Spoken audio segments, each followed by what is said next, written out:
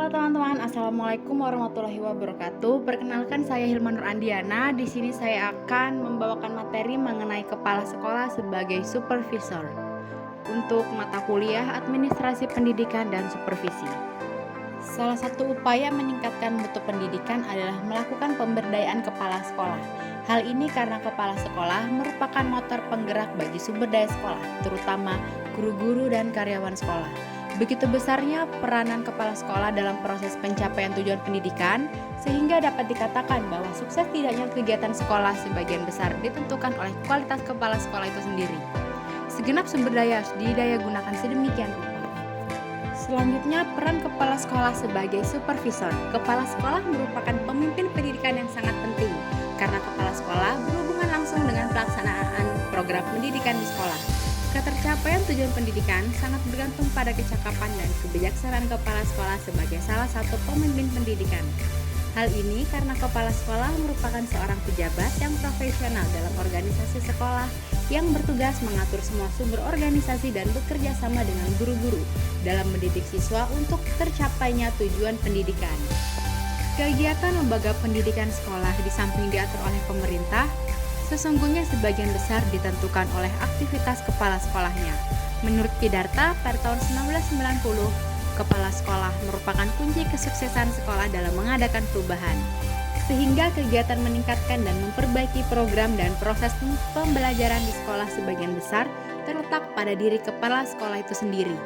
Pidarta menyatakan bahwa kepala sekolah memiliki peran dan tanggung jawab sebagai manajer pendidikan, pemimpin pendidikan, supervisor pendidikan, dan administrator pendidikan. Kepala sekolah sebagai supervisor memiliki beban peran dan tanggung jawab memantau, membina, dan memperbaiki proses belajar mengajar di kelas atau di sekolah.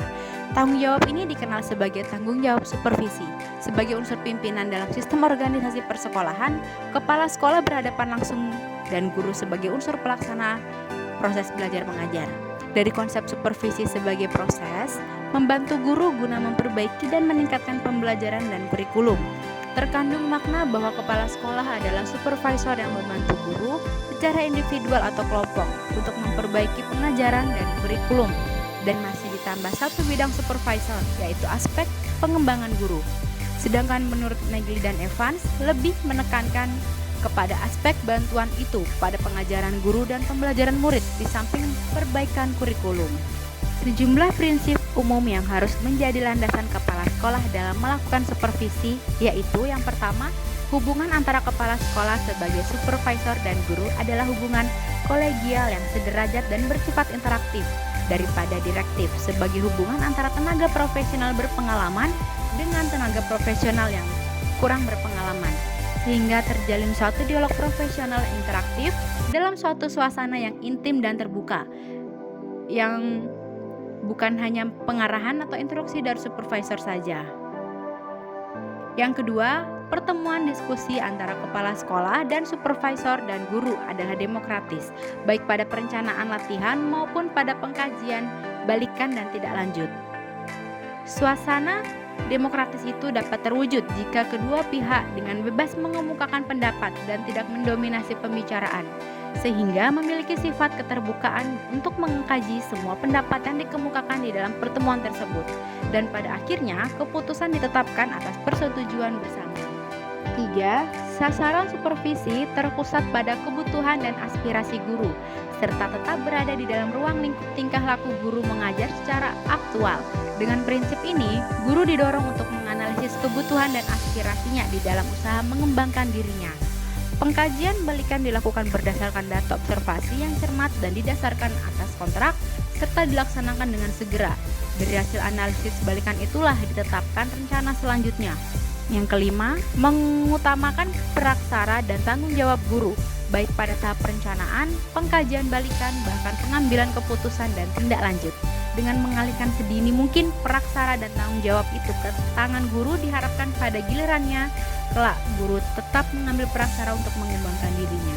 Prinsip supervisi klinis tersebut membawa implikasi bagi kedua belah pihak, kepala sekolah sebagai supervisor dan guru implikasi bagi kepala sekolah sebagai supervisor, antara lain Yang pertama, yakin akan kemampuan guru untuk mengembangkan dirinya serta menyelesaikan masalah yang dihadapi. Kedua, memiliki sikap terbuka dan tanggap terhadap setiap pendapat guru. Dan yang ketiga, mau dan mampu memperlakukan guru sebagai kolega yang memerlukan bantuannya. Di samping itu, kepala sekolah harus memperhatikan teknik supervisi yang dipakai. Teknik supervisi merupakan cara yang dilakukan kepala sekolah sebagai supervisor dalam melakukan supervisi. Secara garis besarnya, teknik supervisi dapat dikelompokkan menjadi dua, yaitu teknik individual dan teknik kelompok yang akan kita bahas selanjutnya. Selanjutnya, teknik individual adalah supervisi yang ditujukan secara individual pada seorang guru. Sedangkan teknik kelompok merupakan supervisi yang dilakukan pada sekelompok guru. Negley menyatakan sebelum melakukan supervisi, terlebih dahulu harus ada hubungan yang akrab antara kepala sekolah sebagai supervisor dengan guru yang akan disupervisi. Pada kenyataannya, yang sering dilakukan di sekolah-sekolah adalah supervisi dengan teknik individual. Kemampuan berperan sebagai supervisor yang melakukan supervisi pengajaran harus dimiliki oleh setiap kepala sekolah.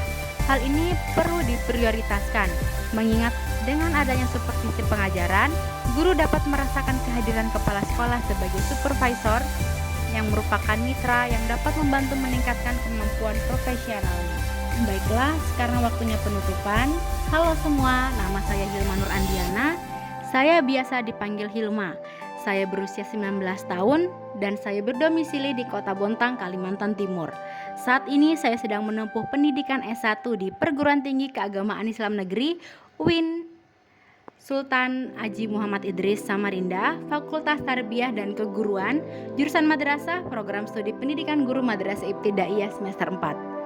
Tujuan saya membuat pembelajaran ini adalah guna memenuhi salah satu tugas mata kuliah administrasi pendidikan dan supervisi yang diampu oleh Bapak Riswadi MPD. Dan ini ada satu quotes dari Albert Einstein yang saya suka banget. Kata-katanya seperti ini: hidup ini seperti sepeda, agar tetap seimbang kau harus terus bergerak.